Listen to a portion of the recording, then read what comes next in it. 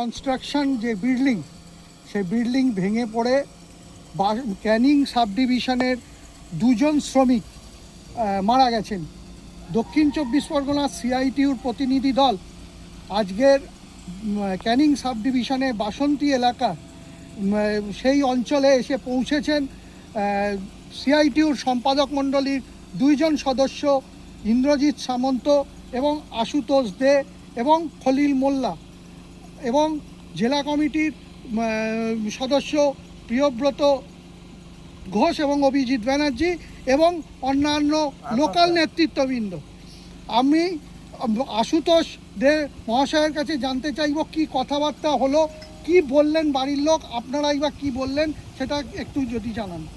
আমরা সিআইটির পক্ষ থেকে যারা এই দুর্ঘটনায় মারা গেছে তার সমস্ত শ্রমিক পিছু তাদের পরিবারকে, কারণ কোনো মৃত্যুই কোনো টাকা দিয়ে তাকে ক্ষতিপূরণ হয় না, কিন্তু তারপরেও আমরা বলেছি যে প্রত্যেক পরিবারকে, মৃত পরিবারকে 50 লক্ষ টাকা করে দিতে হবে এবং তার সাথে সাথে এদের পরিবারের একজনকে সরকারি চাকরি দিতে হবে।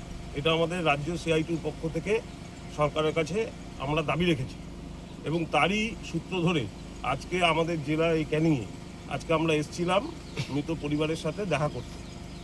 এসে দেখলাম সকালবেলায় আজকে তার মাটি হয়েছে, তারপরে পরিবার বিধ্বস্ত, বাবা অসুস্থ, কথা বলার মতো স্টেজে নেই। পরিবারের যাদেরকে পেলাম আমরা তাদের সাথে কথা বলে যেটা বুঝলাম অলরেডি সরকারিভাবে ওনাদের সাথে যোগাযোগ করা হয়েছে, কিন্তু কোনো সাহায্য সহযোগিতা এখনো অবধি এসে পৌঁছয়নি। আমরা পরিবারকে বললাম আগামী দিনে তাদের এই সরকারি সাহায্য সুযোগ পাওয়ার ক্ষেত্রে সিআইটিউ তাদের পরিবারের পাশে থাকবে শেষ পর্যন্ত। এটাই আমাদের মূল কথা। আর আমরা তার সাথে সাথে এটাও বলছি, আজকে এখানে দাঁড়িয়ে এটা বলার কথা না, এখানে এসে আমরা যেটা দেখতে পেলাম একটা আন্ডার এজ শ্রমিক, সে শ্রমিকের কাজ করছিল। এটাও দেখতে হবে যে এই কোম্পানি ঠিকাদার সংস্থাগুলো আমাদের রাজ্যে মানুষের গরিবীকে হাতিয়ার করে, মানুষের পেটে ভাত নেই, হাতে কাজ নেই, আর সেটাকে হাতিয়ার করে কিভাবে অন্যায় অবিচার করে চলেছে।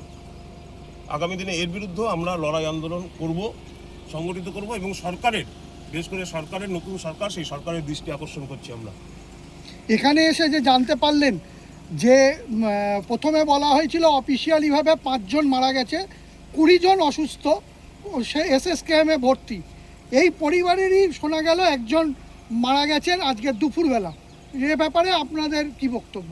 আমাদের এই বিষয়ে আরও খোঁজখবর করতে হবে, কারণ কোনো খোঁজখবর ছাড়া কোনো কথা আমরা বলতে পারি না এইভাবে। যেমন যে পরিবারের কাছে আমরা এসেছিলাম সেই পরিবার তার সন্তানকে হারিয়েছে, অনুরূপভাবে রাজ্যের যেখানে যেখানে আছে এই ঘটনা ঘটেছে, আমাদের রাজ্যের যেখানে যেখানে আছে এবং আমাদের ভিন রাজ্যেও সিআইটিউ সর্বত্র সেই পরিবারের সাথে দেখা করছে। ধন্যবাদ আপনাদের।